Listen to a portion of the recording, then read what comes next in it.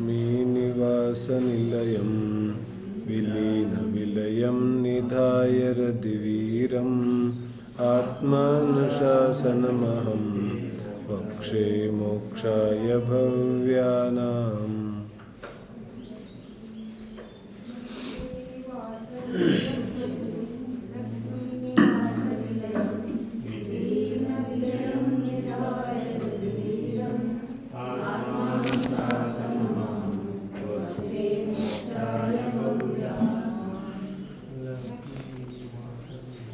ಆಚಾರ್ಯ ಗುಣಭದ್ರ ಸ್ವಾಮಿ ರಚಿಸಿರುವಂತಹ ಆತ್ಮಾನುಶಾಸನ ಗ್ರಂಥ ಇದೆ. ಗ್ರಂಥದ ಮೊಟ್ಟ ಮೊದಲ ವಿಷಯವಾದಂತಹ ಆರಾಧನೆಯ ಚರ್ಚೆ ನಡೀತಾ ಇದೆ.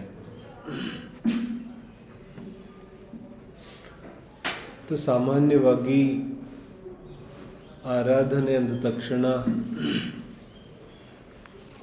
ನಮಗೇನು ಜ್ಞಾಪಕ ಬರುತ್ತೆ?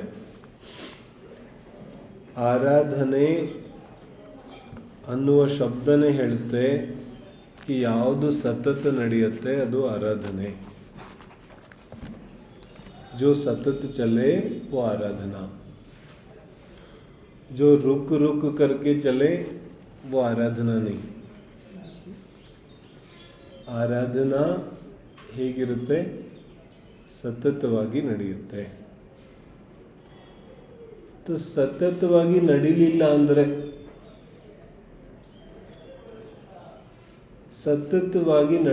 ಅಂದರೆ, ಒಂದು ಆರಾಧನೆಯ ತಯಾರಿ ನಡೀತಾ ಇದೆ, ಇಲ್ಲ ಅಂದರೆ ಆಡಂಬರ ಆಗ್ತಾ ಇದೆ.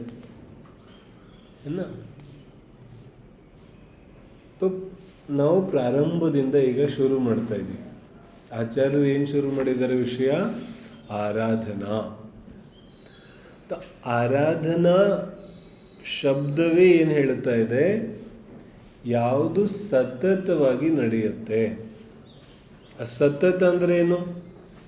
ಸತತ ಮಾನೆ ಸದಾ ಕಾಲ, ಸದೈವ. ठीक है ना? ನಮಗೇನು ಅನಿಸುತ್ತೆ? ಇಲ್ಲಿವರೆಗೆ ಆರಾಧನೆ ಅಂತೂ ಯಾವತ್ತೋ ಒಂದು ಶುಭ ಪ್ರಸಂಗದಲ್ಲಿ, ಯಾವತ್ತೋ ಒಂದು ಒಳ್ಳೆ ಮುಹೂರ್ತದಲ್ಲಿ, ಗೃಹ ಪ್ರವೇಶಕ್ಕೋ ಅಥವಾ ಮದುವೆಗೋ ಅಥವಾ ಇನ್ನೇನೋ ಫಂಕ್ಷನ್ಗೋ ಆರಾಧನೆ ಮಾಡ್ತೀವಿ ನಾವು. यहाँ आराधना क्या बोल रहे? आराधना एक दिन के लिए नहीं. क्यों एक दिन के लिए नहीं? द्रव्य संग्रहದಲ್ಲಿ ಚರ್ಚೆ ಬಂದಿತ್ತಲ್ಲ कि ध्यान वो जो सतत चले, जो सतत नहीं चलता वो ध्यान नहीं, वो ध्यान का आडंबर है. ಧ್ಯಾನದ ಆಡಂಬರ ಇದೆ. ಯಾಕೆ? ಯಾವ ವಿಷಯ ನಿನಗೆ ಸತತವಾಗಿ ಆಗುತ್ತಾ ಇಲ್ಲ, ಇದರ ಅರ್ಥ ನಿನಗದು ವಿಷಯ ಇಷ್ಟ ಇಲ್ಲ. ಯಾವುದು ವಿಷಯ ಇಷ್ಟ ಇದೆ ಅದಂತೂ ಸತತ ನಡೆಯುತ್ತೆ. यदि ध्यान अच्छा लगता होता तो ನೀ ಧ್ಯಾನದಿಂದ ಬಿದ್ದು ಎದ್ದು ಓಡ್ತಿದ್ದೆ ಯಾಕೆ? ऐसे बोलते आराधना.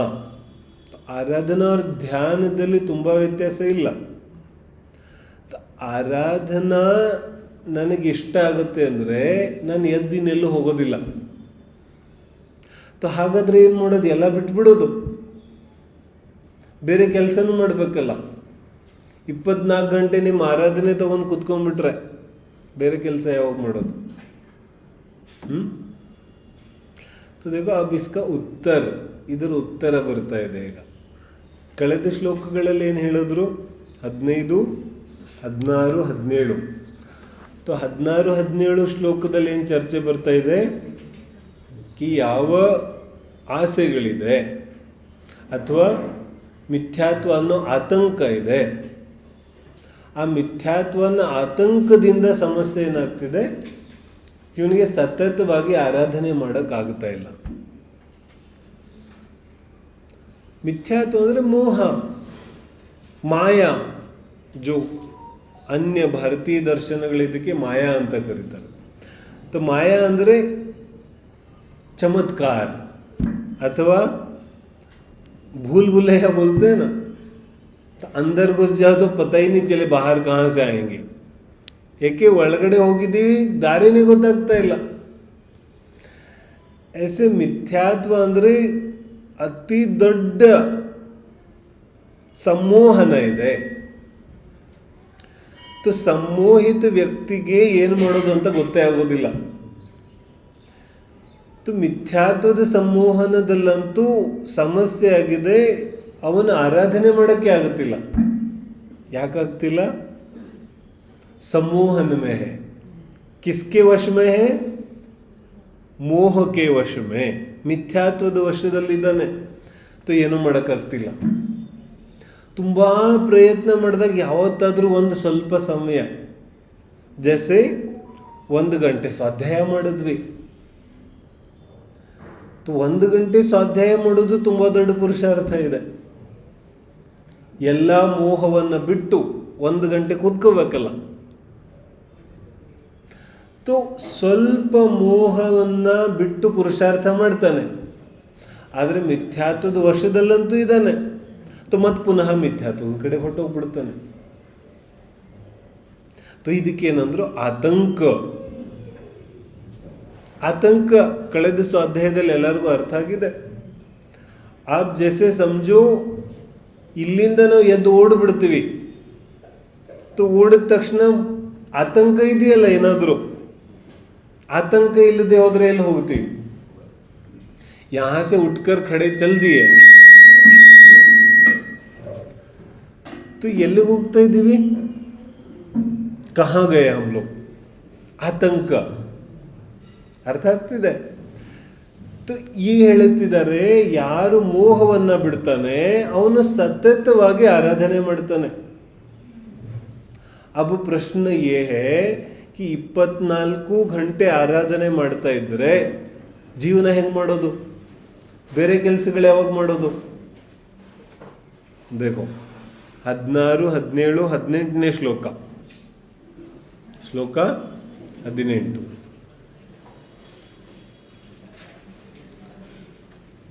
ಸುಖಿತಸ್ಯ ದುಃಖಿತಸ್ಯ ಚ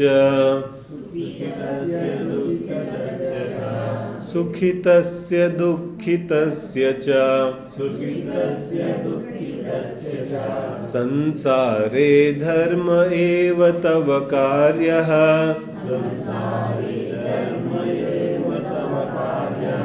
ಸುಖಿತಸ್ಯ ತದಭಿವೃದ್ಧೈ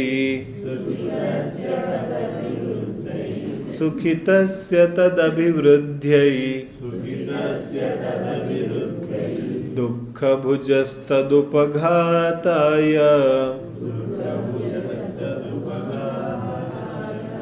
ಈಗ ಏನು ಹೇಳ್ತಿದ್ದಾರೆ? ಸುಖಿತಸ್ಯ ದುಃಖಿತಸ್ಯ ಚ. ಸುಖಿ ಇರಲಿ ಅಥವಾ ದುಃಖಿ ಇರಲಿ, ಸುಖಿತಸ್ಯ ದುಃಖಿತಸ್ಯ, ಸುಖಿಯಾಗಿರಲಿ ಅಥವಾ ದುಃಖಿಯಾಗಿರಲಿ, ಎಲ್ಲಿ? ಸಂಸಾರೇ, संसार में चाहे सुखी हो या दुखी हो, तो क्या करना? बोलते धर्म एव तव कार्यः. तव तुम्हारा, निन्न कार्य, कार्य कर्तव्य. ಏನು ಕರ್ತವ್ಯ ಇದೆ? ಧರ್ಮ ಏವ, ಧರ್ಮ ಮಾತ್ರ ನಿನ್ನ ಕರ್ತವ್ಯ ಇದೆ. ಅರ್ಥ ಆಗ್ತಿದೆ? ದುಃಖಿತಸ್ಯ ಸುಖಿತಸ್ಯ ಚ ಧರ್ಮ ಏವ ತವ ಕಾರ್ಯ. ಸುಖಿಯಾಗಿರಲಿ ಅಥವಾ ದುಃಖಿಯಾಗಿರಲಿ, ಧರ್ಮ ಮಾತ್ರ ನಿನ್ನ ಕರ್ತವ್ಯ ಇದೆ. ಧರ್ಮನೇ ಮಾಡಬೇಕಾಗುತ್ತೆ. ಯಾಕೆ ಮಾಡಬೇಕಾಗುತ್ತೆ? ಏನು ಹೇಳ್ತಾರೆ? ತದ್ ಅಭಿವೃದ್ಧೌ, ತದ್ ಅಭಿವೃದ್ಧೌ ಸುಖ, ಮೊದಲು ಹೇಳಿದ್ರೆ ಸುಖಿತಸ್ಯ, तो ಸುಖದ ಅಭಿವೃದ್ಧಿ. ಸುಖಿಯಾಗಿದ್ದರೆ ಅದನ್ನು ಜಾಸ್ತಿ ಮಾಡ್ಕೊಳ್ಳಕ್ಕೆ. ಸುಖಿತಸ್ಯ ಅಭಿವೃದ್ಧಿ, ನೀನು ಸಂಸಾರದಲ್ಲಿ ಸುಖಿಯಾಗಿದ್ದರೆ ಅದನ್ನು ಜಾಸ್ತಿ ಮಾಡ್ಕೊಳ್ಳೋಕ್ಕೆ, ಅಭಿವೃದ್ಧಿ ಮಾಡ್ಕೊಳ್ಳೋಕ್ಕೆ. ಆಮೇಲೆ ದುಃಖ ಭುಜ ತದ್ ಉಪಘಾತಾಯ, ಮತ್ತು ದುಃಖ ಅನುಭವಿಸ್ತಾ ಇದ್ರೆ ತದ್ ಉಪಘಾತಾಯ, ಅದನ್ನು ನಾಶ ಮಾಡಲಿಕ್ಕೆ. ಗಮನಕ್ಕೆ ಬರ್ತಿದೆ ಏನು ಹೇಳ್ತಿದ್ದಾರೆ? ಸುಖಿಯಾಗಿದ್ರೆ ಅದನ್ನ ಜಾಸ್ತಿ ಮಾಡ್ಕೊಳ್ಳೋಕ್ಕೆ, ದುಃಖಿಯಾಗಿದ್ರೆ ಆ ದುಃಖವನ್ನ ನಷ್ಟ ಮಾಡಲಿಕ್ಕೆ. ಎರಡೂ ಸ್ಥಿತಿಗಳಲ್ಲಿ ಧರ್ಮ ಮಾಡೋದೇ ನಮ್ಮ ಕರ್ತವ್ಯ ಇದೆ. ಧರ್ಮ ಮಾನೆ ಕ್ಯಾ ಹಿಂದೆ ಹೇಳ್ಕೊಂಡು ಬರ್ತಿದ್ದಾರೆ, ಪ್ರಕರಣ ಆರಾಧನೆ ನಡೀತಾ ಇದೆ. ಎಷ್ಟೋ ಸಲ ನಾವು ಅರ್ಥ ಮಾಡುವಾಗ ಯಾಕೆ ತಪ್ಪು ಮಾಡ್ತೀವಿ ಅಂದರೆ, ಗ್ರಂಥದಲ್ಲಿ ಯಾವ ಪ್ರಕರಣ ಸಂದರ್ಭ ನಡೀತಾ ಇದೆ ಅನ್ನೋದು ಗಮನಿಸೋದಿಲ್ಲ ನಾವು. ಹಾಗಾಗಿ ಏನು ಮಾಡಿಬಿಡ್ತಾರೆ, ಎಷ್ಟೋ ಕಡೆಗೆ ಶ್ಲೋಕಗಳ ಅರ್ಥ ಏನೋ ಇರುತ್ತೆ, ಇನ್ನೇನೋ ಅರ್ಥ ಮಾಡಿಬಿಡ್ತೀವಿ. ಶಬ್ದಗಳಲ್ಲಿ ಅರ್ಥ ಇರೋದಿಲ್ಲ, ಅರ್ಥ ಇರುತ್ತೆ ಸಂದರ್ಭ. ಏನ ಅಮ್ಮ ಮಗನಿಗೆ ಹೇಳ್ತಾ ಇದ್ದಾರೆ, ಮನೆ ಬಿಟ್ಟು ಹೊರಟೋಗ್ಬಿಡು ನೀನು ಅಂತ. ಯಾರಾದ್ರೂ ಕೇಳಿಬಿಟ್ರೆ ಶಬ್ದಗಳಲ್ಲಿ ಅರ್ಥ ಇಲ್ಲ, ಅರ್ಥ ಇದೆ ಸಂದರ್ಭ. ಇದನ್ನು ಹೇಳೋಕ್ಕಿಂತ ಮುಂಚೆ ಏನು ನಡೆದಿದೆ ಅದು ಬೇಕಲ್ಲ. ಅಮ್ಮ ಸುಮ್ಮನೆ ಹೇಳ್ತಾ ಇಲ್ಲ. ಜಿನ್ವಾಣಿಯಲ್ಲಿ ಏನಾದರೂ ವಿಷಯಗಳು ಬರ್ತಾ ಇದೆ ಅಂದರೆ ಅದರ ಹಿಂದಿನ ಪ್ರಕರಣ ಏನು ಅನ್ನೋದು ಗೊತ್ತಾಗಬೇಕು, ಇಲ್ಲಾಂದರೆ ಕಷ್ಟ ಆಗಿಬಿಡುತ್ತೆ. ಶಬ್ದಾರ್ಥವನ್ನು ಮಾಡಿಬಿಟ್ರೆ ಅರ್ಥ ಸಿಗೋದಿಲ್ಲ. ಇಲ್ಲೇನು ಪ್ರಕರಣ ಇದೆ? ಆರಾಧನೆ. तो धर्म माने आराधना. तो पहली आराधना कौन सी? सम्यक्त्व आराधना. ಮರ್ತೋಯ್ತು ಎಲ್ಲರಿಗೂ? ಮೊದಲನೇ ಆರಾಧನೆ ಸಮ್ಯಕ್ತ್ವ ಆರಾಧನೆ. तो ಸಮ್ಯಕ್ತ್ವ ಆರಾಧನೆ ಮಾಡಲಿಕ್ಕೆ ಆಚಾರ್ಯರು ಉಪದೇಶ ಕೊಡ್ತಾ ಇದ್ದಾರೆ. ಈಗ ನಮ್ಮ ಎಲ್ಲರದು ಪ್ರಶ್ನೆ ಏನಿದೆ? कि ತುಂಬ ದುಃಖ ಇದೆ, ಸ್ವಲ್ಪ ದುಃಖ ದೂರ ಆದಮೇಲೆ ನಾನು ಧರ್ಮದ ಕಡೆಗೆ ಬರ್ತೀನಿ. समझ में आ रही ना बात? कि बहुत दुख है तो क्या करना? अभी उपाय क्या है बोलो? बहुत दुख है तो क्या करना? तो करना क्या है? ದುಃಖವನ್ನು ದೂರ ಮಾಡೋ ಉಪಾಯ ಮಾಡೋದು. ಅರ್ಥ ಆಗ್ತಿದೆಯಲ್ಲ? ದೇಹದಲ್ಲಿ ರೋಗ ಇದೆ, ಏನು ಮಾಡೋದು? ದೇಹದ ರೋಗ ನಿವಾರಣೆ ಮಾಡೋದು. ಅದಾದ್ಮೇಲೆ ಧರ್ಮ ಮಾಡಿದ್ರೆ ಅರ್ಥ ಇದೆ ಅದಕ್ಕೆ, ठीकेನಾ? ಅಥವಾ ಇನ್ನೇನೋ ಕೌಟುಂಬಿಕ ಸಮಸ್ಯೆ ಇದೆ, तो ಈಗೇನು ಮಾಡೋದು? ದುಃಖ ನಿವಾರಣೆ ಮಾಡೋದು. ಅವರ ಆಚಾರ್ಯರೇನು ಹೇಳ್ತಿದ್ದಾರೆ? ಸುಖಿತಸ್ಯ ದುಃಖಿತಸ್ಯ ಚ. ನೀನು ದುಃಖದಲ್ಲಿದ್ರೂ ಏನು ಮಾಡಬೇಕು? ಕಿ ಧರ್ಮನೇ ಮಾಡಬೇಕು. ಇದೆಂತ ವಿಚಿತ್ರ ಆಗೋಯ್ತು. ನಾವೇನು ಕಲ್ತಿದ್ದೀವಿ? ಕಿ ದುಃಖ ಆದರೆ ದುಃಖ ದೂರ ಮಾಡಬೇಕು, ठीकेನಾ? ಅವ್ರ ಆಚಾರ್ಯ ಹೇಳ್ತಾ ಇದ್ದಾರೆ ಧರ್ಮ ಮಾಡು. ಈಗೇನು ಮಾಡೋದು? ಧರ್ಮ ಮಾಡೋದು, ದುಃಖ ನಿವಾರಣೆ ಮಾಡೋದು. ಕ್ಯಾ ಕರ್ನಾ ಅಭಿ? ಧರ್ಮ ಮಾಡಿದ್ರೆ ದುಃಖ ನಿವಾರಣೆ ಆಗುತ್ತೆ. ಸುಖಿತಸ್ಯ ದುಃಖಿತಸ್ಯ ಚ, ಇದಕ್ಕೆ ಕಾರಣ ಹೇಳಿದ್ರಲ್ಲ, ಕಿ ದುಃಖ ಇದ್ರೆ ದುಃಖ ನಾಶ ಮಾಡಲಿಕ್ಕೋಸ್ಕರ. तो ಸಂಕ್ಷಿಪ್ತವಾಗಿ ಏನು ಉತ್ತರ ಆಯಿತು? ಕಿ ದುಃಖ ನಾಶ ಮಾಡಲಿಕ್ಕೆ ಬೇರೆ ಏನು ಉಪಾಯ ಮಾಡೋದು ಬೇಕಾಗಿಲ್ಲ. ಸಮಸ್ಯೆ ಏನಿದೆ? ನಾವು ದುಃಖ ದೂರ ಮಾಡಲಿಕ್ಕೆ ಉಪಾಯಗಳ ಸಾವಿರಾರು ಮಾಡ್ತಾ ಇದ್ದೀವಿ. ಉಪಾಯ ಏಕ ಹಿ ಹೈ ಕಿ ಧರ್ಮ ಮಾಡಬೇಕು. ಕಿ ಧರ್ಮ ಅಂದ್ರೆ ಏನು? ಏನು ಮಾಡಬೇಕು? ಧರ್ಮ ಮಾಡಬೇಕು ಅಂದರೆ ಈಗ ಇಲ್ಲಿದೆ ಸಮಸ್ಯೆ. ಕಿ ದುಃಖ ಇದ್ದಾಗಲೂ ಧರ್ಮ ಮಾಡಬೇಕು, ಸುಖ ಇದ್ದಾಗಲೂ ಧರ್ಮ ಮಾಡಬೇಕು. ಅಂದರೆ ಯಾವಾಗಲೂ ಧರ್ಮ ಮಾಡಬೇಕು. ಯಾವಾಗಲೂ ಧರ್ಮ ಮಾಡಬೇಕಂದ್ರೆ ಏನು ಮಾಡಬೇಕು? ಯಾವಾಗಲೂ ಬಸ್ತಿಗಂತೂ ಬರೋಕ್ಕಾಗೋದಿಲ್ಲ, ಯಾವಾಗಲೂ ಸ್ವಾಧ್ಯಾಯನೂ ಮಾಡೋಕ್ಕಾಗೋದಿಲ್ಲ, ಯಾವಾಗಲೂ ಆರಾಧನೆ ಮಾಡೋಕ್ಕಾಗೋದಿಲ್ಲ. ಧರ್ಮ ಮಾಡಬೇಕು ಅಂದರೆ ಏನು ಮಾಡಬೇಕು? ಸಂಸಾರದಲ್ಲಿ ಧರ್ಮ ಶಬ್ದಕ್ಕೆ ತುಂಬ ಅರ್ಥಗಳಿದೆ, ಸಾಕಷ್ಟು ಅರ್ಥಗಳಿದೆ. ಸಾಮಾನ್ಯವಾಗಿ ಧರ್ಮ ಅಂದರೆ ನಾವು ಕರ್ತವ್ಯ ಅನ್ಕೋತೀವಿ, ಡ್ಯೂಟಿ. धर्म माने कर्तव्य, तो कर्तव्य का पालन करना वो धर्म है. तो कर्तव्य ಏನಿಗ बोले ಪ್ರತಿಯೊಬ್ಬ ವ್ಯಕ್ತಿಯ ಕರ್ತವ್ಯ ಬೇರೆ ಬೇರೆ ಇದೆ. ಮತ್ತು ಈ ಸಮಯದಲ್ಲಿ ಏನು ಕರ್ತವ್ಯ ಇದೆ ಅದು ಇನ್ನೊಂದು ಅವರ್ ಆದ್ಮೇಲೆ ಬದಲಾಗ್ಬಿಡುತ್ತೆ. अभी जो कर्तव्य है 1 घंटे के बाद बदल जाएगा, कर्तव्य दूसरा हो जाएगा. ಈಗ ಸ್ವಾಧ್ಯಾಯ ಮಾಡೋದು ಕರ್ತವ್ಯ ಇದೆ, ಇನ್ನೊಂದು ಅವರ್ ಮಾಡಿದ್ಮೇಲೆ ಅಡುಗೆ ಮಾಡೋ ಕರ್ತವ್ಯ ಇದೆ, ಅದಾದ್ಮೇಲೆ ತಿನ್ನೋ ಕರ್ತವ್ಯ ಇದೆ. तो ಕರ್ತವ್ಯ ಬದಲಾಗೋಯ್ತಲ್ಲ. तो ಹೇಳ್ತಾರೆ ಸತತವಾಗಿ ಕರ್ತವ್ಯ ಮಾಡೋದು ಯಾವುದು? कर्तव्य तो बदल रहा है और धर्म माने कर्तव्य होता है. तो ಸತತವಾಗಿ ಕರ್ತವ್ಯ ಅಂತೂ ಬದಲಾಗ್ತಿದೆ. तो ಯಾವುದು ನಿಜವಾಗ್ಲೂ ಮಾಡೋ ಕರ್ತವ್ಯ ಇದೆ? ಅರ್ಥ ಆಗ್ತಿದೆ?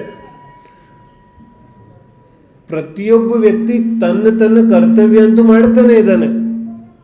ಕರ್ತವ್ಯ ಬಿಟ್ಟು ಯಾರಿದ್ದಾರೆ? तो ಎಲ್ಲರೂ ಧಾರ್ಮಿಕ ಆಗ್ಬಿಟ್ರು. तो ಮೂಲ ವಿಷಯ ಏನಿದೆ, ಧರ್ಮ ಅನಾದಿ ಅನಂತ ಇದೆಯಲ್ಲ, ಧರ್ಮ ಅನಾದಿಯಿಂದ ಇದೆ. तो ಅನಾದಿಯಿಂದ ಇದೆ, ಹಾಗಾದ್ರೆ ನಾನು ಅನಾದಿಯಿಂದ ಇದ್ದೀನಿ ತಾನೆ. तो ಅನಾದಿಯಿಂದ ನನಗೇನು ಸಮಸ್ಯೆ ಇದೆ, ಅಥವಾ ಅನಾದಿಯಿಂದ ನಾನು ಹೆಂಗಿದ್ದೀನಿ? मैं अनादि से कैसा हूं ये बताओ. आज से नहीं, अनादि से ही मैं कैसा हूं, ನಾನು ಹೆಂಗಿದ್ದೀನಿ? बोले अनादि से तुम तो बेचैन हो. क्या ಅನಾದಿಯಿಂದ ನೀನಂತೂ ಸದಾ ಸದಾ ಸದಾ ಅಸಂತುಷ್ಟನಾಗಿದ್ದೀಯ. ಮತ್ತೇನಿದೆ? ಅನಾದಿಯಿಂದ ಭಯಭೀತ ಆಗಿದೆಯಾ, ಅನಾದಿಯಿಂದ ಭಯದಲ್ಲಿದೆಯಾ? ಆದ್ಸೆ ನೈ. ಮತ್ತೇನಿದೆ? ಅನಾದಿಯಿಂದ ಅಜ್ಞಾನದಲ್ಲಿದೆಯಾ? समझ में आ रही बात? तो अनादि से मैं कैसा हूं, अनादि से तुम बहुत बेचैन हो, अनादि से भयभीत हो. ಅರ್ಥ ಆಗ್ತಿದೆ?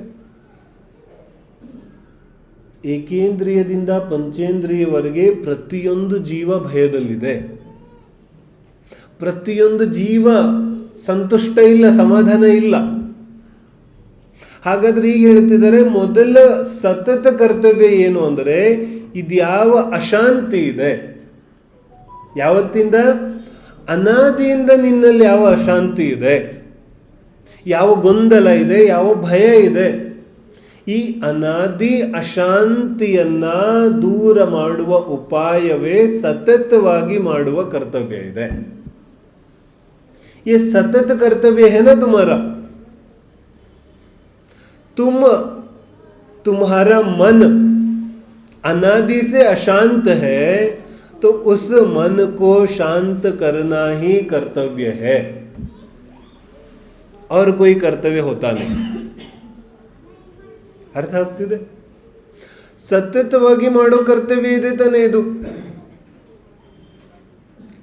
ಯಾವ बंधन ಇದೆ, मानसिक बंधन, ये कब से है? बोलो. हमारे मन में बंधन है ना, ಇದಾವೆ ಇಲ್ವೋ? ಅನೇಕ ಬಂಧನಗಳಿದೆ ಮನಸ್ಸಲ್ಲಿ. ಈ ಬಂಧನಗಳು ಯಾವಾಗಿಂದಿದೆ? ಅನಾದಿ ಕಾಲಸೆ. ಈ ಬಂಧನಗಳಿಂದ ನನ್ನನ್ನು ನಾನು ಬಿಡುಗಡೆ ಮಾಡಿಕೊಳ್ಳೋದು, ಇದೇ ಕರ್ತವ್ಯ ಇದೆ. ನನ್ನ ಮಾನಸಿಕ ವಿಕಲ್ಪಗಳು, ವಿಚಾರಗಳು, ಬಂಧನಗಳು ಸದಾಕಾಲ ಇದೆ. ಕೊಲೆ ಬಂಧನ, ನಾನು ದೇಹ ಇದ್ದೀನಿ, ಬಂಧನ ಇದೆಯೋ ಇಲ್ವೋ? ನಾನು ಸ್ತ್ರೀ ಇದ್ದೀನಿ, ನಾನು ಪುರುಷ ಇದ್ದೀನಿ, ಅಥವಾ ನನ್ನ ಕುಟುಂಬ ಇದೆ, ಇದೆಲ್ಲ ಮಾನಸಿಕ ಬಂಧನ ಇದೆ ತಾನೆ. ಭೌತಿಕ ಬಂಧನ ಇಲ್ಲ ಇದು. ಭೌತಿಕವಾಗಿ ಎಲ್ಲರೂ ಶರೀರ ಬೇರೆ ಬೇರೆ ಇದೆ ತಾನೆ. ಕುಟುಂಬದ ಎಲ್ಲ ಸದಸ್ಯರ ದೇಹಗಳು ಬೇರೆ ಬೇರೆ ಇದೆ. ಎಲ್ಲರೂ ಅವ್ರವ್ರಿಗೆ ತಾನೇ ಊಟ ಮಾಡ್ತಾರೆ, ಇಲ್ಲ ಎಲ್ಲರದು ಒಬ್ಬರೇ ಮಾಡ್ತೀವಿ? सब अपना अपना भोजन करते, सबका अपना अपना शरीर है. तो ಭೌತಿಕವಾಗಂತೂ ನಾವು ಆಲ್ರೆಡಿ ಬೇರೆ ಇದ್ದೀವಿ. ಲೇಕಿನ್ ಬಂಧನ ಎಲ್ಲಿದೆ? ಮಾನಸಿಕವಾಗಿ ಬಂಧನ ಇದೆ. ಈ ಬಂಧನದಿಂದ ನನ್ನನ್ನು ನಾನು ಬಿಡುಗಡೆ ಮಾಡಿಕೊಳ್ಳೋದೇ ವಾಸ್ತವಿಕವಾಗಿ ಕರ್ತವ್ಯ ಇದೆ. ये कर्तव्य सतत होना चाहिए कि नहीं होना चाहिए बोलो? ಈ ಪ್ರಯತ್ನ ಅಂತೂ ಸತತವಾಗಿ ನಡಿಬೇಕಲ್ಲ, ಯಾಕಂದ್ರೆ ಬಂಧನ ಸತತವಾಗಿದೆ, ಅಶಾಂತಿ ಸತತವಾಗಿದೆ. ಅಚ್ಚಿ ಯಾವ ಸಮಯದಲ್ಲಿ ಅಶಾಂತಿ ಇಲ್ಲ? ಒಂದಲ್ಲ ಒಂದು ವಿಕಲ್ಪ ನಡೀತಾನೆ ಇದೆ ತಾನೆ. ಒಂದಲ್ಲ ಒಂದು ವಿಚಾರ ವಿಕಲ್ಪ ನನ್ನನ್ನು ಕಾಡ್ತಾನೆ ಇದೆ ಅಂದಮೇಲೆ ನಾನು ಅದರಿಂದ ಬಿಡುಗಡೆ ಮಾಡುವ ಉಪಾಯನು ಸತತವಾಗಿ ಮಾಡಬೇಕಲ್ಲ. इसलिए कहते हैं कि आराधना सतत चलनी चाहिए.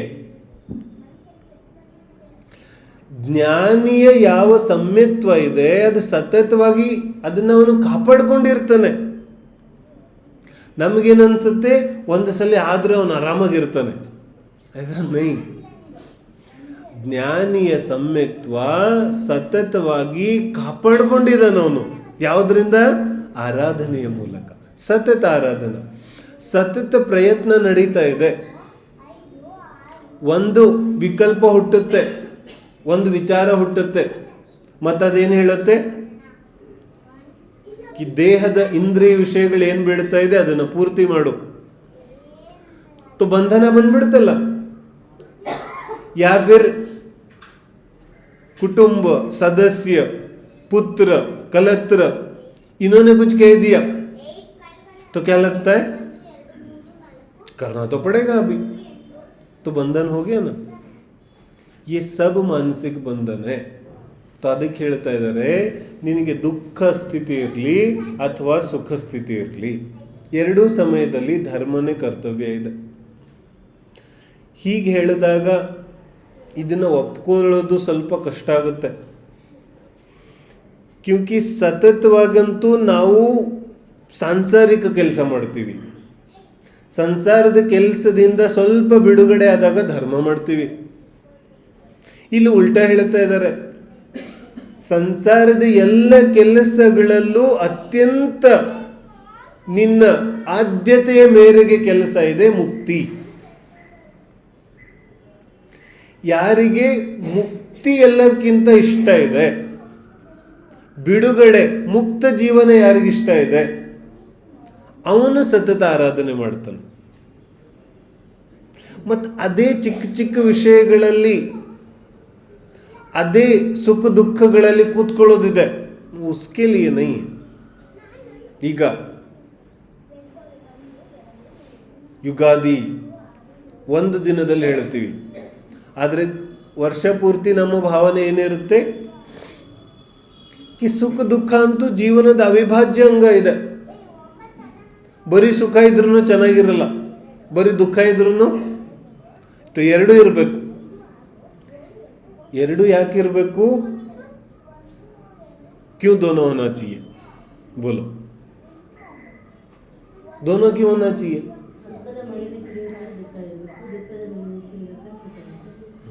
महिमा किसकी? सुख की या दुख की? सोचा कभी? ಸುಖ ದುಃಖ ಎರಡೂ ಇರಬೇಕು ಅಂತ ಇಡೀ ಪ್ರಪಂಚ ಎಲ್ಲರೂ ನಮಗೆ ಹೇಳ್ತಾ ಇದ್ದಾರೆ. ಕ್ಯೂ ಭೈ ದೋನೋ ಕ್ಯೂ ಹೋನಾ चाहिए?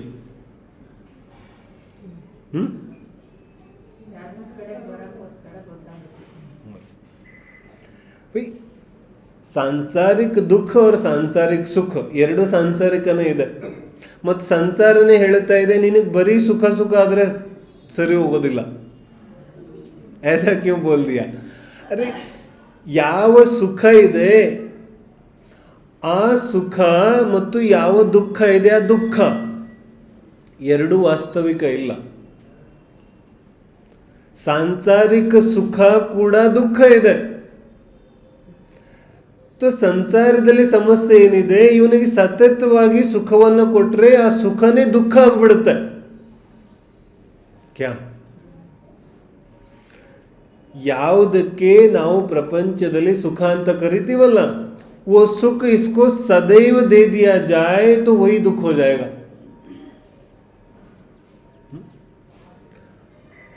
ತುಂಬಾ ಒಳ್ಳೆ ಊಟ ಸಿಕ್ತು, तो ಊಟ ಸತತವಾಗಿ ಕೊಟ್ಟುಬಿಟ್ರೆ ಇವನಿಗೆ वो दुख बन जाएगा.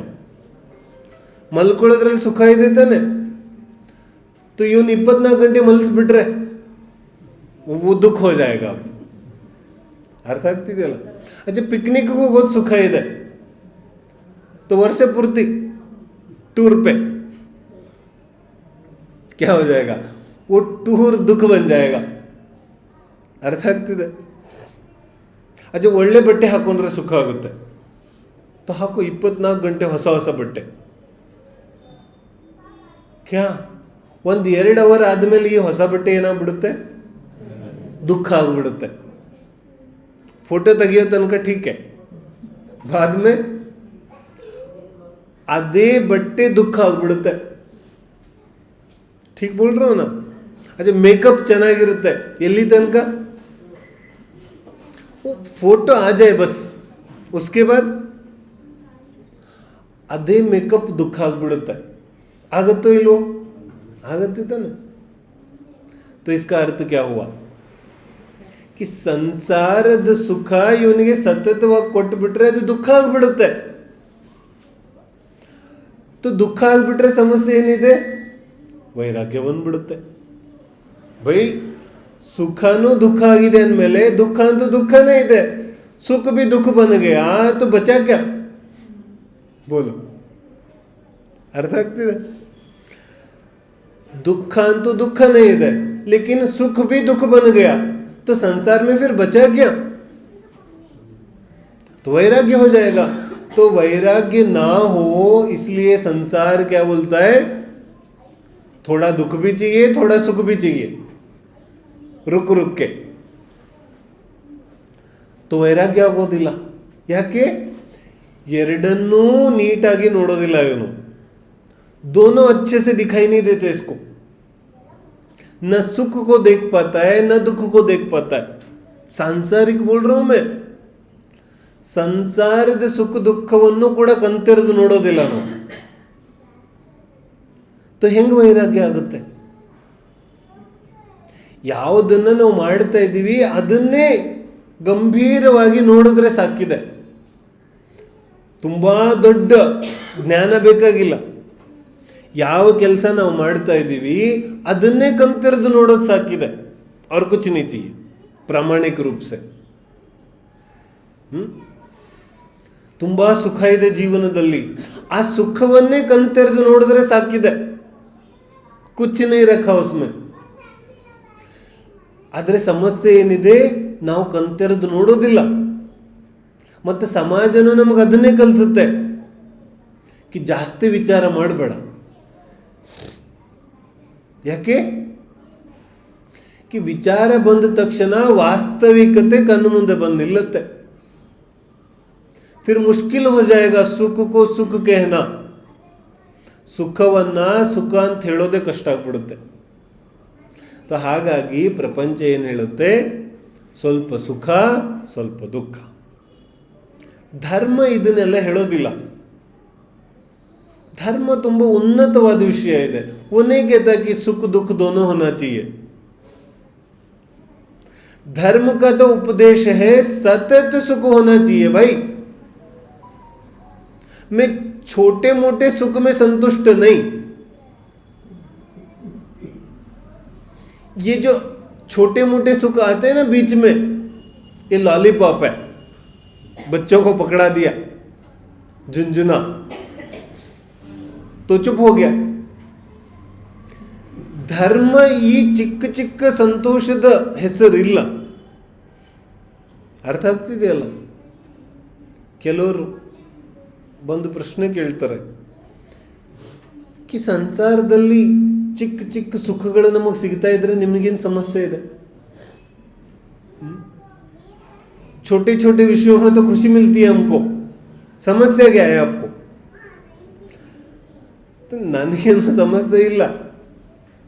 ಧರ್ಮ ಹೇಳ್ತಾ ಇದೆ ಕಿ ಮನುಷ್ಯನ ಸ್ವಭಾವ ಈ ಚಿಕ್ಕ ಚಿಕ್ಕ ಸಂತೋಷಗಳಲ್ಲಿ ಸಂತುಷ್ಟನಾಗೋದಿಲ್ಲ.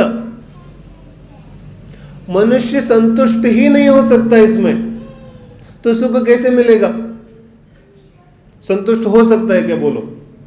ಈ ಚಿಕ್ಕ ಚಿಕ್ಕ ಸಂತೋಷಗಳನ್ನ ನಾವು ಎಷ್ಟು ವರ್ಷದಿಂದ ಮಾಡ್ಕೊಂಡ್ ಬರ್ತಾ ಇದ್ದೀವಿ. ಕಬ್ ಮಿಲಾ ಸಂತೋಷ?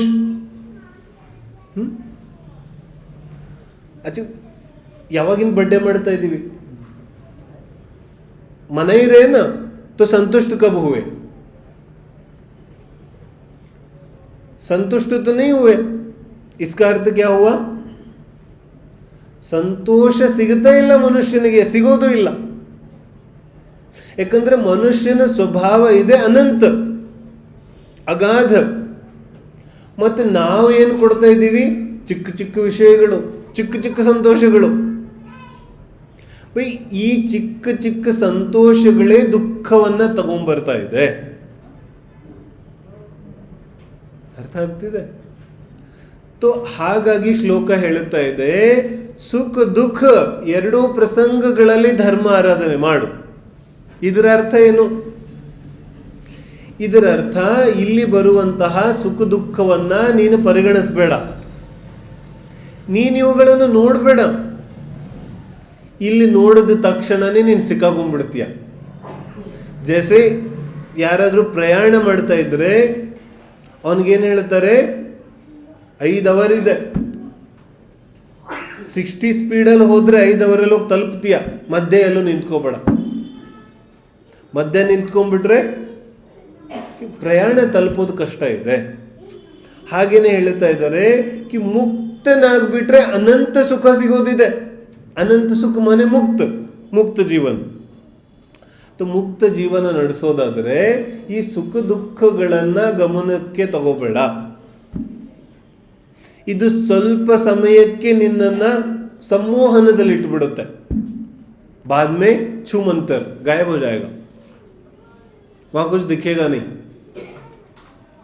तो ಅದಕ್ಕೆ ಹೇಳ್ತಾ ಇದ್ದಾರೆ, ಸುಖ ದುಃಖ ಎರಡನ್ನು ಬಿಟ್ಟು ಧರ್ಮದ ಆರಾಧನೆಯನ್ನ ಸದಾಕಾಲ ಮಾಡು. ಇದಕ್ಕೆ ಮುಂದಿನ ಶ್ಲೋಕ ಇನ್ನಷ್ಟು ಸ್ಪಷ್ಟತೆಯನ್ನು ಕೊಡುತ್ತೆ. ಏನು ಹೇಳ್ತಾ ಇದೆ? 19ನೇ ಶ್ಲೋಕ.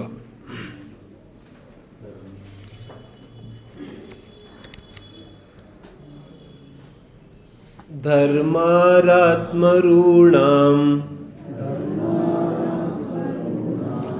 ಧರ್ಮಾರಾಮತರೂಣಾಂ ಫಲಾನಿ ಸರ್ವೇಂದ್ರಿಯಾರ್ಥ ಸೌಖ್ಯಾನಿ ಸಂರಕ್ಷತಾಂಸ್ತತಸ್ತಾ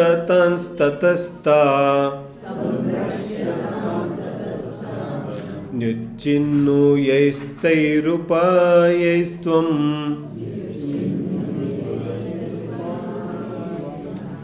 ಏನು ಹೇಳ್ತಿದ್ದಾರೆ? ಸರ್ವೇಂದ್ರಿಯಾರ್ಥ ಸೌಖ್ಯಾನಿ, ಸರ್ವ ಇಂದ್ರಿಯಾರ್ಥ ಸೌಖ್ಯಾನಿ, ಇಂದ್ರಿಯಗಳ ಎಲ್ಲ ವಿಷಯಗಳು. ಸೌಖ್ಯ ಸುಖ, ಇಂದ್ರಿಯದ ಎಲ್ಲ ಸುಖಗಳು.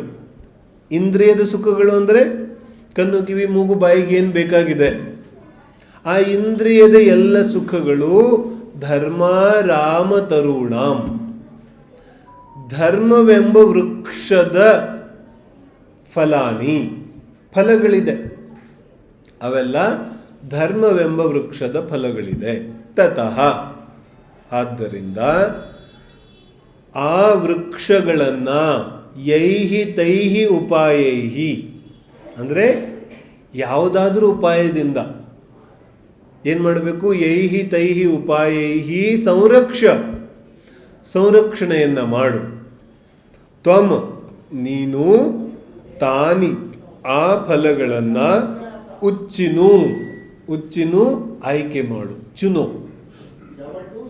ತುಮ್ ಉನ್ ಫಲೋಂ ಕೋ ಚುನೋ, ನೀನು ಆ ಫಲಗಳನ್ನು ಆಯ್ಕೆ ಮಾಡು. ಯಾವ ಫಲಗಳನ್ನು? ಧರ್ಮ ರಾಮ ತರುಣಾಂ, ಧರ್ಮವೆಂಬ ವೃಕ್ಷದ ಯಾವ ಫಲಗಳನ್ನು ಕೊಡುತ್ತೆ ಆ ವೃಕ್ಷವನ್ನು ನೀನು ಆಯ್ಕೆ ಮಾಡು. ಆಯ್ಕೆ ಮಾಡಿಬಿಟ್ಟು ಏನು ಮಾಡು ಕಿ ಅದನ್ನು ಸಂರಕ್ಷ, ಆ ವೃಕ್ಷಗಳನ್ನು ರಕ್ಷಣೆ ಮಾಡು. ಅಬ್ದೇಕು ಈಗೇನು ಹೇಳ್ತಾ ಇದ್ದಾರೆ ಕಿ ನಿನಗೆ ಇಂದ್ರಿಯ ವಿಷಯಗಳೇನಿದೆ, ಈ ಎಲ್ಲ ಇಂದ್ರಿಯ ವಿಷಯಗಳನ್ನು ಕೂಡ ಈ ಧರ್ಮವೆಂಬ ವೃಕ್ಷದಿಂದನೇ ಸಿಗೋದಿದೆ. ಇದರ ಅರ್ಥ ಏನು? ನಾನು ಅನುಪ್ರೇಕ್ಷೆ ಬರಿತಾ ಇದ್ದಾಗ ಧರ್ಮಾನುಪ್ರೇಕ್ಷೆಯ ಸಂದರ್ಭದಲ್ಲಿ ಅನುಪ್ರೇಕ್ಷೆಗಳನ್ನು ನೋಡಿದಾಗ ಏನು ಕಾಣಿಸುತ್ತೆ, ಅಲ್ಲಿ ಇದನ್ನೇ ಹೇಳ್ತಾರೆ, ಧರ್ಮ ಕಲ್ಪವೃಕ್ಷ ಇದೆ, ಧರ್ಮ ಚಿಂತಾಮಣಿ ಇದೆ, ऐसा बोलते हैं कि ಧರ್ಮ ಚಿಂತಾಮಣಿ ಇದೆ ಅಂದರೆ ಏನು ಬೇಡಿದ್ದು ಧರ್ಮದಿಂದ ಸಿಗುತ್ತೆ. ಆದರೆ ಇಲ್ಲೇನು ಹೇಳ್ತಿದ್ದಾರೆ, ಧರ್ಮ ಚಿಂತಾಮಣಿ ಮಾತ್ರ ಅಲ್ಲ, ಚಿಂತಾಮಣಿಗಂತೂ ವಿಚಾರ ಮಾಡಬೇಕಾಗುತ್ತೆ. ವಿಚಾರ ಮಾಡಿದಾಗ ಚಿಂತಾಮಣಿ ಬೇಡಿದ್ದನ್ನು ಕೊಡುತ್ತೆ. ಬೇಡಬೇಕಾಗುತ್ತೆ, ಕಲ್ಪವೃಕ್ಷದ ಹತ್ರ ಹೋಗಿ ಬೇಡಬೇಕಾಗುತ್ತೆ, ಆಗ ಸಿಗುತ್ತೆ. ಇಲ್ಲೇನು ಹೇಳ್ತಿದ್ದಾರೆ, ಈ ವೃಕ್ಷದಿಂದಂತೂ ಫಲಗಳು ತನ್ನಿಂದ ತಾನೇ ಸಿಗುತ್ತೆ, ಬೇಡೋ ಅಗತ್ಯ ಇಲ್ಲ. अपने आप इंद्रिय विषय के भोग मिलते हैं, तो ತನ್ನಿಂದ ತಾನೇ ಸಿಗುತ್ತೆ. ಇದರ ಅರ್ಥ ಏನಾಯಿತು ಕಿ ನಿನಗೆ ಬೇಕಾಗಿರುವಂತಹ ಪುಣ್ಯ ಅಥವಾ ಇಂದ್ರಿಯ ಭೋಗ ಸಾಮಗ್ರಿಗಳು ಇದೆಲ್ಲದರ ಪ್ರಾಪ್ತಿ ಸಹಜವಾಗಿ ಆಗೋದಿದೆ. ಅಬ್ ಸಹಜ ಹೋನೆ ವಾಲ ಇಸ್ಕಾ ಅರ್ಥ ಕ್ಯಾ ಹುವಾ? ಹಿಂದೆ ಹೇಳಿದ್ರು ಸುಖ ದುಃಖವನ್ನು ಬಿಟ್ಟು ಧರ್ಮ ಮಾಡು. ಮತ್ತಿಲ್ಲೇನು ಹೇಳ್ತಿದ್ದಾರೆ ಕಿ ಇಂದ್ರಿಯ ವಿಷಯಗಳು ಸಿಗುತ್ತೆ. ಇಂದ್ರಿಯ ವಿಷಯಗಳಿಗೋಸ್ಕರ ಧರ್ಮ ಮಾಡೋದಿದೆ ಅಂತ ಅರ್ಥ ಆಯ್ತಲ್ಲ. ಕ್ಯೂಂಕಿ ಪಹಲೆ ಕ್ಯಾ ಬತಾಯಾ, ಸುಖ ದುಃಖ छोड़के ಧರ್ಮ ಕರೋ. ಈಗೇನು ಹೇಳ್ತಿದ್ದಾರೆ ಕಿ ಧರ್ಮದಿಂದ ಇಂದ್ರಿಯ ಸುಖ ಸಿಗುತ್ತೆ. ಅರ್ಥ ऐसा नहीं, ಅರ್ಥ कैसा है ಕಿ ಸುಖ ದುಃಖವನ್ನು ಬಿಟ್ಟು ಯಾರು ಧರ್ಮದಲ್ಲಿರ್ತಾನೆ ಅವನಿಗೆ ಸಹಜವಾಗಿ ಇಂದ್ರಿಯ ಸುಖ ಸಿಗುತ್ತೆ. ಸಂಸಾರದಲ್ಲಿ ಏನು ನಡೀತಾ ಇರುತ್ತೆ ಬೋಲು? ಸಂಸಾರ ಮೇ ಕ್ಯಾ ಚಲ್ತಾ है ಕಿ ಯಾವ ವ್ಯಕ್ತಿ ತನ್ನ ಕರ್ತವ್ಯವನ್ನು ನಿಭಾಯಿಸ್ತಾ ಇದ್ದಾನೆ ಅವನಿಗೆಲ್ಲ ಸಿಗುತ್ತೆ. ಮತ್ತು ಯಾವ ವ್ಯಕ್ತಿ ಆಕಾಂಕ್ಷೆಯಲ್ಲಿದ್ದಾನೆ, ನನಗೆ ಅದು ಬೇಕು, ಇದು ಬೇಕು, ಹಾಗಿರಬೇಕು, ಹೀಗಿರಬೇಕು ಅಂತ, ಅವನಿಗೇನಾಗುತ್ತಿದೆ, ಅವನು ಯೋಚನೆ ಮಾಡ್ತಿದ್ದಾನೆ ಅಷ್ಟೇ ಕಲ್ಪನೆಯಲ್ಲಿ, ಲೇಕಿನ್ ಮಿಲ್ತಾ ಕುಚ್ नहीं. क्यों नहीं मिलता? भाई संसार का भी तो नियम यही है, तुम सोचते रहोगे और करोगे कुछ नहीं तो क्या मिलेगा? ಹಾಗೆ ಇಲ್ಲಿ ಹೇಳ್ತಿದ್ದಾರೆ ಕಿ ಸುಖ ದುಃಖದ ಅಭಿಲಾಷೆಯನ್ನು ಬಿಟ್ಟಿದ್ರೆ ಆ ವ್ಯಕ್ತಿಗೆ ಶ್ರೇಷ್ಠ ಇಂದ್ರಿಯ ಸುಖ ಸಿಗುತ್ತೆ. ಸೌಧರ್ಮ ಇಂದ್ರ, ಚಕ್ರವರ್ತಿ, ಕಾಮದೇವ್, ಶಲಾಕ ಪುರುಷ ಇವರೆಲ್ಲ ಹೇಗಾಗ್ತಾರೆ? ये सब धर्म के वजह से तो होते. तो ಧರ್ಮದ ಕಾರಣದಿಂದ ನಡೀತಾ ಇದೆ. ಈಗ ಸಮಸ್ಯೆ ಇದೆ, ನಮಗೆ ಧರ್ಮದ ಅವಶ್ಯಕತೆ ಅನ್ನಿಸ್ತಾ ಇಲ್ಲ. ಆದರೆ ಆಚಾರ್ಯರು ತಮ್ಮಿಂದ ತಾವು ಹೇಳುತ್ತಿದ್ದಾರೆ ಸುಖ ದುಃಖ ಬಿಟ್ಟು ಧರ್ಮ ಮಾಡುವಂತ. ಯಾಕಂದರೆ ಅದರ ರುಚಿ ನಮಗೆ ಅರ್ಥ ಆಗುತ್ತಾ ಇಲ್ಲ. ಜ್ಞಾನಿ ವ್ಯಕ್ತಿ ಯಾಕೆ ಧರ್ಮ ಮಾಡ್ತಾ ಇದ್ದಾನಂತ ನಮಗೆ ಗೊತ್ತಾಗ್ತಾ ಇಲ್ಲ. ಸಮಜೋ, ಇಷ್ಟೋಪದೇಶದ ಉದಾಹರಣೆ ಇದೆಯಲ್ಲ, ಕಿ ಕಾಡಲ್ಲಿ ಬೆಂಕಿ ಹತ್ಕೊಂಡಿದೆ. ಒಂದು ವಿಡಿಯೋ ಬಂದಿತ್ತು ಯಾವುದೋ, ಏನು ನಡೀತಾ ಇದೆ ಅದರಲ್ಲಿ, ಕಾಡಲ್ಲಿ ಬೆಂಕಿ ಬಿದ್ದಿದೆ, ಪ್ರಾಣಿಗಳೆಲ್ಲ ಸುಟ್ಟು ಹೋಗ್ತಾ ಇದೆ. ಮತ್ತು ಸೌಭಾಗ್ಯದಿಂದೋ ದುರ್ಭಾಗ್ಯದಿಂದೋ ಒಬ್ಬ ವ್ಯಕ್ತಿ ಅದನ್ನು ನೋಡ್ತಾನೆ. ನೋಡಿದ ಮೇಲೆ ಈಗ ಅವನಿಗೆ ತಡ್ಕೊಳಕ್ಕಾಗೋದಿಲ್ಲ. ಅವನ ಕೈಯಿಂದ ಎಷ್ಟು ಸಾಧ್ಯ ಇದೆ ಅಷ್ಟು ಬೆಂಕಿನ ಆರಿಸೋಕ್ಕೆ, ಪ್ರಾಣಿಗಳನ್ನು ಬಚಾವ್ ಮಾಡೋಕ್ಕೆ ಪ್ರಯತ್ನ ಮಾಡ್ತಿದ್ದಾನೆ. ಅಷ್ಟರಲ್ಲೇ ಒಬ್ಬ ಹುಡುಗ ಬರ್ತಾನೆ. ಅವನದೊಂದು ಯೂಟ್ಯೂಬ್ ಚಾನಲ್ ಇದೆ. ಅವನು ವಿಡಿಯೋ ಮಾಡಲಿಕ್ಕೆ ಶುರು ಮಾಡ್ತಾನೆ. ಈಗಂತೂ ಲೈವ್ ಫುಟೇಜ್ ಸಿಕ್ಕಿದೆ, ವ್ಯೂಸ್ ತುಂಬ ಬರುತ್ತೆ. ವಿಡಿಯೋ ಮಾಡೋಕ್ಕೆ ಶುರು ಮಾಡ್ತಾನೆ. 5 ನಿಮಿಷ ಆದಮೇಲೆ ಸ್ವಲ್ಪ ಹತ್ತಿರ ಹೋಗಿ ಅವ್ರನ್ನೇ ಕೇಳೋಣ.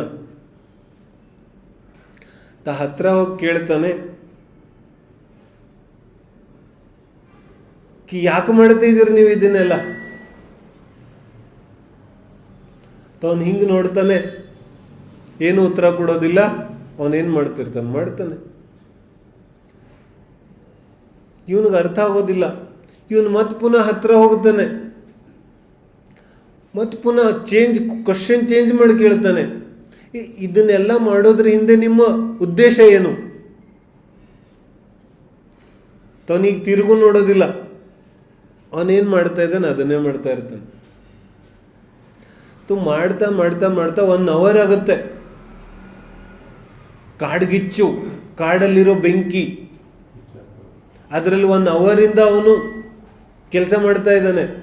ಸುಸ್ತಾಗಿ ಕೊನೆಗೆ ಅವನಿಗಿನ್ನ ಆಗೋದೇ ಇಲ್ಲ, ಸುಸ್ತಾಗಿ ಕೂತ್ಕೊಂಡ್ಬಿಡ್ತಾನೆ.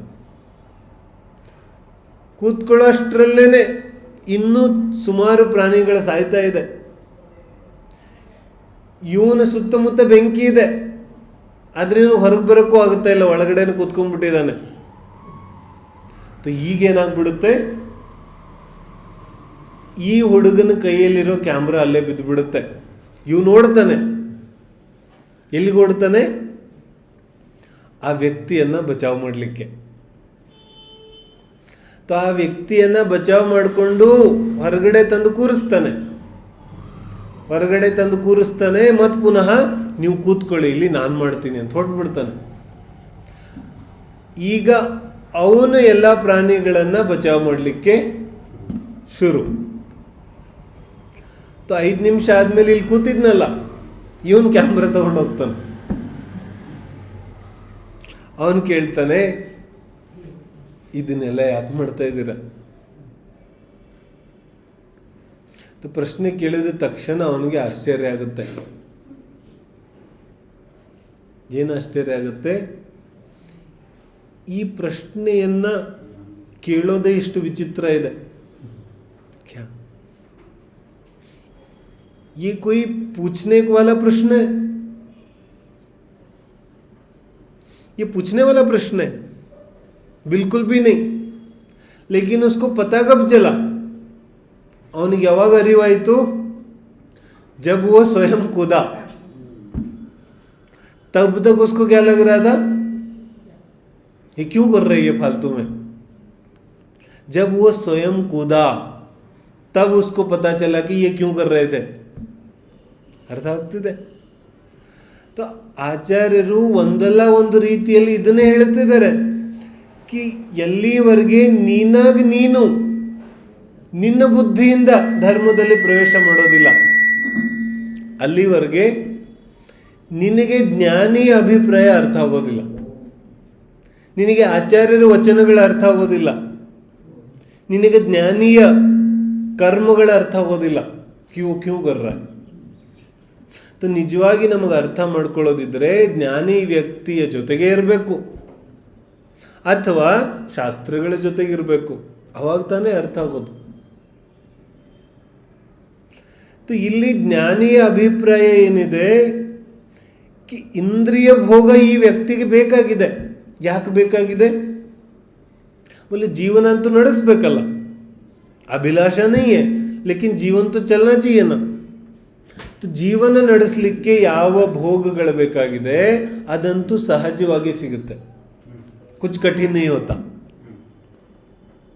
प्रकृति ने इतना तो इंतजाम अपने आप कर चुकी है कि ಅವನಿಗೆ ಬೇಕಾಗಿರೋ ಇಂದ್ರಿಯ ಭೋಗಗಳಂತೂ ಸಿಗುತ್ತೆ.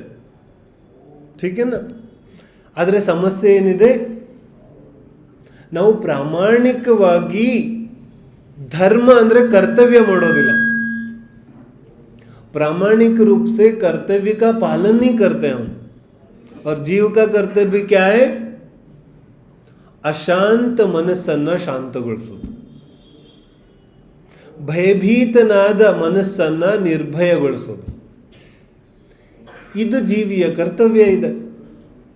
ये हो गया तो बस समझो कि सब कुछ हो गया, अब बचा क्या? ಮನಸ್ಸು ಶಾಂತಿ ಆದರೆ ಎಲ್ಲವೂ ಶಾಂತಿ ಆಯಿತು. ಇನ್ನೇನು ಉಳಿತು ಶಾಂತಿ ಮಾಡಲಿಕ್ಕೆ? अब शांति विधान या शांति पाठ इसको आवश्यक नहीं है, ये शांत हो गया. तो ಆ ದೃಷ್ಟಿಯಿಂದ ಹೇಳ್ತಾ ಇದ್ದಾರೆ ಸರ್ವ ಇಂದ್ರಿಯಾರ್ಥ ಸೌಖ್ಯಾನಿ. ಸಮಂತಭದ್ರ ಸ್ವಾಮಿ ಹೇಳ್ತಾರೆ ಕಿ ನಿಮಗೆ ಯಾವ ಸೌಖ್ಯದ ಅವಶ್ಯಕತೆ ಇದೆ ಆ ಸೌಖ್ಯ ಅಂತೂ ರೈತನಿಗೆ ಹೊಟ್ಟೆ ಸಿಗುತ್ತಲ್ಲ, वैसे अपने आप ही ಬೋನಸ್ में मिल जाने वाला है. ಆದರೆ ಈ ವ್ಯಕ್ತಿ ಏನ್ ಮಾಡ್ತಾ ಇದ್ದಾನೆ, ಆ ಬೋನಸ್ ಅನ್ನೇ ತನ್ನ ಗುರಿ ಮಾಡ್ಕೊಂಡ್ಬಿಟ್ಟಿದ್ದಾನೆ. अब बोनस को ही अपना ध्येय मान लेंगे तो क्या मिलेगा? वो भूसा भी नहीं मिलेगा. ठीक है ना, भूसा के लिए खेती करेंगे तो क्या मिलेगा? कुछ भी नहीं मिलेगा. ऐसे जो व्यक्ति भोग के लिए धर्म करता है उसको कुछ प्राप्त नहीं होता, उसको भूसा भी नहीं मिलता. क्यों? क्योंकि भोग स्वयं भूसा है और उसकी कामना करेंगे तो वो भी नहीं मिलेगा. तो मिलेगा किसको? बोले सुखितस्य दुखितस्य धर्म एव तव कार्यः.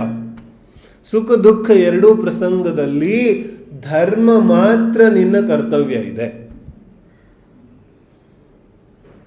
तो ನಮಗೆ ನಮ್ಮ ಕರ್ತವ್ಯ ಇದೆ ಅಂತ ಅನ್ಸುತ್ತೇನು? लगता होता तो हम धर्म नहीं करते. लेकिन ಧರ್ಮದ ಹೆಸರಲ್ಲಿ ಮೂರು ವಿಷಯಗಳಿದೆ. ಒಂದು ಕರ್ತವ್ಯ, ಇನ್ನೊಂದು ಧರ್ಮ, ಇನ್ನೊಂದು ಅಧ್ಯಾತ್ಮ. ಮೂರು ಶಬ್ದಗಳಿದೆ. ಏಕ ಧರ್ಮ, ಏಕ ಕರ್ತವ್ಯ, ಏಕ ಅಧ್ಯಾತ್ಮ. तो कर्तव्य अंद्रेनु? कर्तव्य माने हम समझते हैं कि ತಂದೆ ತಾಯಿ ಮಗನ್ನ ಬೆಳೆಸೋದು ಅವ್ರ ಕರ್ತವ್ಯ ಇದೆ. ಅಧ್ಯಾಪಕನದ್ದು ಪಾಠ ಮಾಡೋದು ಕರ್ತವ್ಯ ಇದೆ. ವ್ಯಾಪಾರಿದ್ದು ವ್ಯಾಪಾರ ಮಾಡೋದು ಕರ್ತವ್ಯ ಇದೆ. ಏನ ಇದಕ್ಕೆಲ್ಲ ನಾವು ಏನನ್ಬಿಡ್ತೀವಿ? ಕರ್ತವ್ಯ. ठीक है. ಇನ್ನು ಧರ್ಮ ಅಂದರೆ ನಮ್ಮ ಪ್ರಕಾರ ಬಸ್ತಿಗೆ ಹೋಗೋದು, ಸ್ವಲ್ಪ ವ್ರತ ಉಪವಾಸ ಮಾಡೋದು, ಸ್ವಲ್ಪ ಏನಾದರೂ ಪೂಜೆ ಮಾಡೋದು, ಬಾಹ್ಯ ಧಾರ್ಮಿಕ ಅನುಷ್ಠಾನಗಳಿಗೆ ನಾವು ಧರ್ಮ ಅಂದ್ಬಿಡ್ತೀವಿ. ಇಷ್ಟ ಅಂತೂ ಸೌಭಾಗ್ಯ ಇದೆ. ಆದರೆ ಇವಾಗ ಸ್ಥಿತಿ ಹೆಂಗೆ ಬಂದಿದೆ ಅಂದರೆ ಕಿ ಮದುವೆ ಮಾಡ್ಕೊಳ್ಳೋದು ಧರ್ಮ ಇದೆ. ಕ್ಯಾ या फिर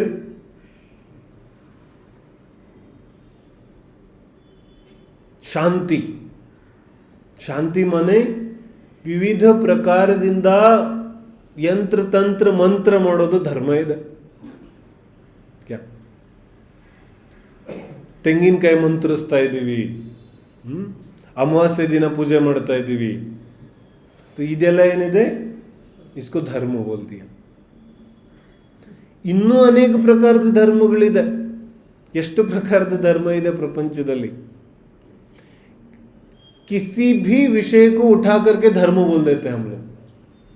इतना भ्रष्ट हो गया धर्म शब्द. ನಮಗೆ ಸ್ವಲ್ಪನೂ ಒಂಚೂರನು ವಿಚಾರ ಬರೋದಿಲ್ಲ ಕಿ ಯಾವ ಸಂಗತಿಗೆ ಧರ್ಮ ಅಂತ ಕರೀತಾ ಇದ್ವಿ. ಯಾವುದೋ ವಿಷಯಕ್ಕೆ ಧರ್ಮ ಅಂತ ಕರೆದು ಬಿಡ್ತೀವಿ. ಯಾರಿಗೋ ಹೊಟ್ಟೆ ಹಸ್ದಿತ್ತು, ಊಟ ಕೊಟ್ವಿ, ಒಳ್ಳೆ ಧರ್ಮ ಹೋಗ್ಯ. ಯಾವುದಕ್ಕೆ ಧರ್ಮ ಅಂತ ಕರಿತಾ ಇದ್ವಿ ನಾವು? ಧರ್ಮ ತುಂಬಾ ಸರಳ ಮತ್ತು ಮನೋವೈಜ್ಞಾನಿಕ ವಿಷಯ ಇದೆ. ತುಂಬಾ ಮನೋವೈಜ್ಞಾನಿಕ.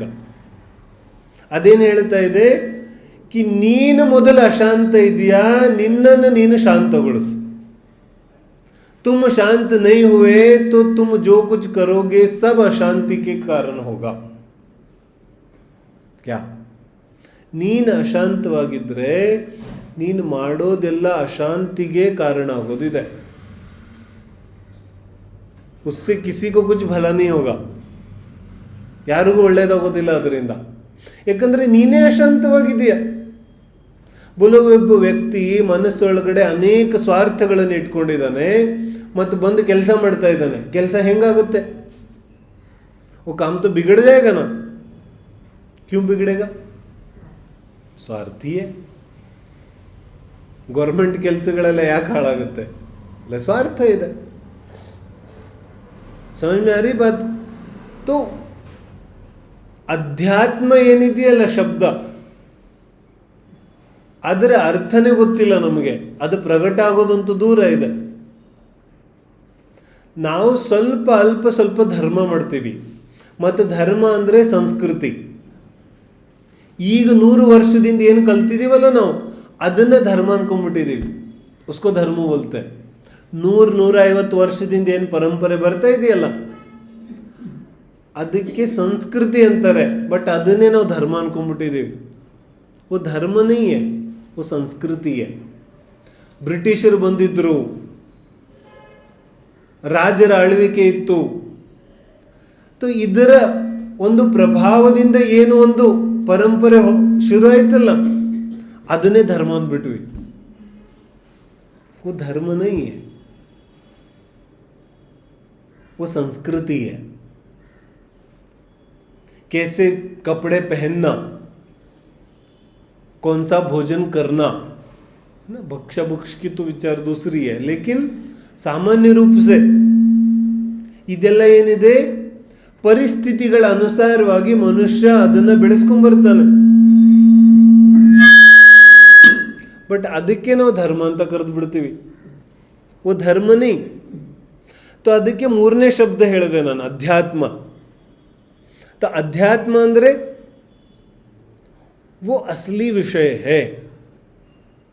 अध्यात्म माने होता है ಯಾವ ವ್ಯಕ್ತಿ ತನ್ನ ಮಾನಸಿಕವಾಗಿ ಎಷ್ಟು ಶಾಂತವಾಗಿದ್ದಾನೆ.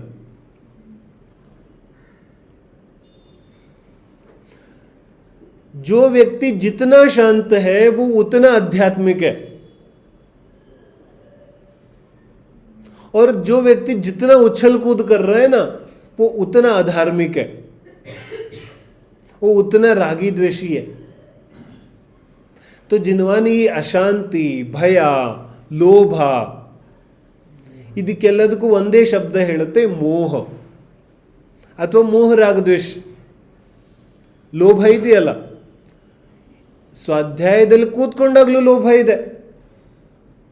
ಇದೆಯೋ ಇಲ್ವೋ? ಇದೆ ತಾನೆ. तो ಸತತವಾಗಿ ಲೋಭ ಇದೆ. ಇದನ್ನು ಯಾರು ಶಾಂತ ಮಾಡೋರು? इसको कौन शांत करेगा? जो सतत हमारे अंदर लोभ है, इसको कौन शांत करेगा? जो सतत क्रोध है अंदर, इसको कौन शांत करेगा? सतत एक क्षण भी ऐसा नहीं आता जब क्रोध नहीं हो. प्रकट हो नहीं हो ये दूसरी बात. ಸ್ವಾರ್ಥ ಇದ್ರೆ ಪ್ರಕಟ ಆಗೋದಿಲ್ಲ. तो सततವಾಗಿ ಭಯ, ಲೋಭ, लालच, मायाचार, ये सब सतत चल रहा है. इसको शांत किए बिना जो कुछ करेंगे वो सब अशांति का कारण बनेगा. ಅದಕ್ಕೆ ಆಚಾರ್ಯ ಹೇಳ್ತಾ ಇದ್ದಾರೆ कि ಸುಖಿತಸ್ಯ ದುಃಖಿತಸ್ಯ ಚ ಧರ್ಮ ಏವ ತವ ಕಾರ್ಯಃ. ಇಲ್ಲ ಭಗವದ್ಗೀತೆಯಲ್ಲಿ ಶ್ರೀಕೃಷ್ಣ ಎಲ್ಲವನ್ನು ಬಿಟ್ಟು ಮಾಮೇಕಂ ಶರಣಂ ವ್ರಜ, ಮನೆ ಕ್ಯಾ, ಯಾವ ಯಾವ ಕೆಲಸಗಳನ್ನು ನಾವು ಕರ್ತವ್ಯ ಅನ್ಕೊಂಡ್ಬಿಟ್ಟಿದ್ದೀವಿ ಅದೆಲ್ಲ ಅಶಾಂತಿಗೆ ಕಾರಣ ಆಗ್ತಾ ಇದೆ. ಅದೆಲ್ಲ ಅಶಾಂತಿಗೆ ಕಾರಣ. तो ಒಂದೇ ಒಂದು ಕರ್ತವ್ಯ ಇದೆ, ಶಾಂತಿ. तो ಇದು 1 ಗಂಟೆ अर्धा घंटे ಮಾಡಿದ್ರೆ ಆಗುತ್ತೇನು? आधा घंटे करेंगे तो शांत हो जाएंगे. 1 घंटे करेंगे तब तो शांत हो जाएंगे. ಎಷ್ಟು ಕಾಲ ಮಾಡಬೇಕಿದ್ದನ್ನ? ಅರೆ, ಯಾವುದೇ ದೈಹಿಕ ಕ್ರಿಯೆ ಮಾಡ್ತಾ ಇದ್ರು ಆರಾಧನೆ ಮಾಡೋದ್ರಲ್ಲಿ ಏನು ಸಮಸ್ಯೆ ಇದೆ? ಬಲ್ಕಿ ಯಾರು ಇದನ್ನ ನಿರ್ಣಯ ಮಾಡ್ತಾನಲ್ಲ ಕಿ ನಾನಂತೂ ಸತತ ಆರಾಧನೆ ಮಾಡ್ತೀನಿ ಅಂತ, ಅವನ ಎಲ್ಲ ಕೆಲಸಗಳು ಆರಾಧನೆಗೆ ಸಹಾಯ ಮಾಡುತ್ತೆ. क्या उसके सारे ही सांसारिक कर्म भी उसको धर्म करने के लिए सहायता करती हैं. ಅರ್ಥ ಆಗ್ತಿದೆ? ಅವನು ಪೂಜೆ ಅಭಿಷೇಕ ಮಾಡ್ತಾ ಇದ್ದಾನೋ, ಸ್ವಾಧ್ಯಾಯ ಮಾಡ್ತಿದ್ದಾನೋ, ಅಥವಾ ಇನ್ನೊಂದು ಸಾಂಸಾರಿಕ ಕೆಲಸ ಮಾಡ್ತಿದ್ದಾನೋ, ಅದೆಲ್ಲವೂ ಕೂಡ ಈಗ ಇವನಿಗೆ ಆರಾಧನೆ ಮಾಡಲಿಕ್ಕೆ ಸಹಾಯ ಮಾಡುತ್ತೆ.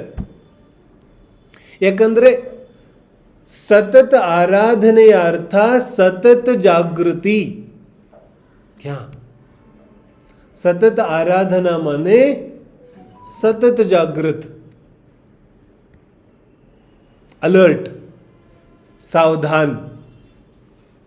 तो जो ವ್ಯಕ್ತಿ ಸತತವಾಗಿ ಸಾವಧಾನ ಎಚ್ಚರಿಕೆಯಲ್ಲಿದ್ದಾನೆ ಅವನ ಎಲ್ಲ ಕೆಲಸಗಳು ಧರ್ಮಕ್ಕೆ ಆರಾಧನೆಗೆ ಕಾರಣ ಆಗುತ್ತೆ. ಯಾಕಂದ್ರೆ ಎಚ್ಚರಿಕೆಯಿಂದ ಇದ್ದರೆ ಬೋಲೆ ನಿಷ್ಫಲ ಕೆಲಸವಂತೂ ಮಾಡೋದೇ ಇಲ್ಲ ಅವನು. अर्थ ಆಗ್ತಿದೆ? वो यदि जागा हुआ है ना, अब वो कोई गलत काम करेगा ही नहीं क्योंकि जागा हुआ है. ಇದಕ್ಕೆ ಅಪ್ರಮತ್ತ ಅಂತ ಕರೀತಾರೆ ಜಿನ್ವಾಣಿಯಲ್ಲಿ. ಅಪ್ರಮತ್ತ ಅವಸ್ಥಾ ಮನೆ ಜಾಗೃತಿ. ಅವನ ಕೆಲಸದಲ್ಲಿ ಅವನಿಗೆ ಜ್ಞಾನ ಇದೆ ಈ ಕೆಲಸ ನಾನು ಯಾಕೆ ಮಾಡ್ತಾ ಇದ್ದೀನಿ. ವಿಚಿತ್ರ ಅಥವಾ ಕಠಿಣ ಏನಾದರೂ ಇದೆಯೇನು ಇದರಲ್ಲಿ? ತುಂಬ ಸುಲಭ. ದಿನ ನಾವು ಏನು ಮಾಡ್ತಿದ್ದೀವಿ ಅದನ್ನೇ ಹೇಳ್ತಾ ಇದ್ದಾರೆ. ವಿಚಿತ್ರ ಏನಿದೆ ಅಂದರೆ ನಾವು ಯಾವ್ಯಾವ ಕೆಲಸ ಮಾಡ್ತಿದ್ದೀವಿ, ಅದು ಯಾಕೆ ಮಾಡ್ತಿದ್ದೀವಿ ಅಂತ ನಮಗೆ ಗೊತ್ತಿಲ್ಲ. यदि अभी आके कोई प्रश्न सही सही पूछ लेगा ना हमको, तो हम निरुत्तर हो जाएंगे. ಅರ್ಥ ಆಗ್ತಿದೆ? ಸರಿಯಾಗಿ ಯಾರಾದರೂ ಬಂದು ಒಂದು ಪ್ರಶ್ನೆ ಕೇಳಿದ್ರೆ ನಮಗೆ ಇದು ಯಾಕೆ ಮಾಡ್ತಿದ್ದೀ ಅಂತ, ನಮ್ಮ ಹತ್ರ ಉತ್ತರ ಇಲ್ಲ. तो जो कुछ भी हम करते हैं उसका कारण ही नहीं पता क्योंकि हम जागृत नहीं है, ಮಲ್ಕೊಂಡಿದ್ದೀವಿ ನಾವು. तो ಸತತ ಆರಾಧನೆ ಇದರ ಅರ್ಥ ಸತತ ಜಾಗೃತಿ, ಸತತ ಎಚ್ಚರಿಕೆ, ಸತತ ಜ್ಞಾನದಲ್ಲಿರುವಂಥದ್ದು.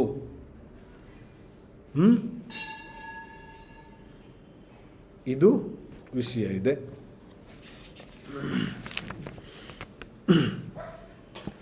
ಈಗ ಮುಂದೆ ಅದೇ ಕೃಷಿಯ ಉದಾಹರಣೆ ಬರ್ತಾ ಇದೆ. ಈ ಉದಾಹರಣೆಯ ನಂತರ ಧರ್ಮದ ಫಲ ಇತ್ಯಾದಿಗಳನ್ನು ಮತ್ತಷ್ಟು ಸ್ಪಷ್ಟವಾಗಿ ಹೇಳೋರಿದ್ದಾರೆ. ಮುಂದಿನ ಸ್ವಾಧ್ಯಾಯದಲ್ಲಿ ಚರ್ಚೆ ಮಾಡೋಣ.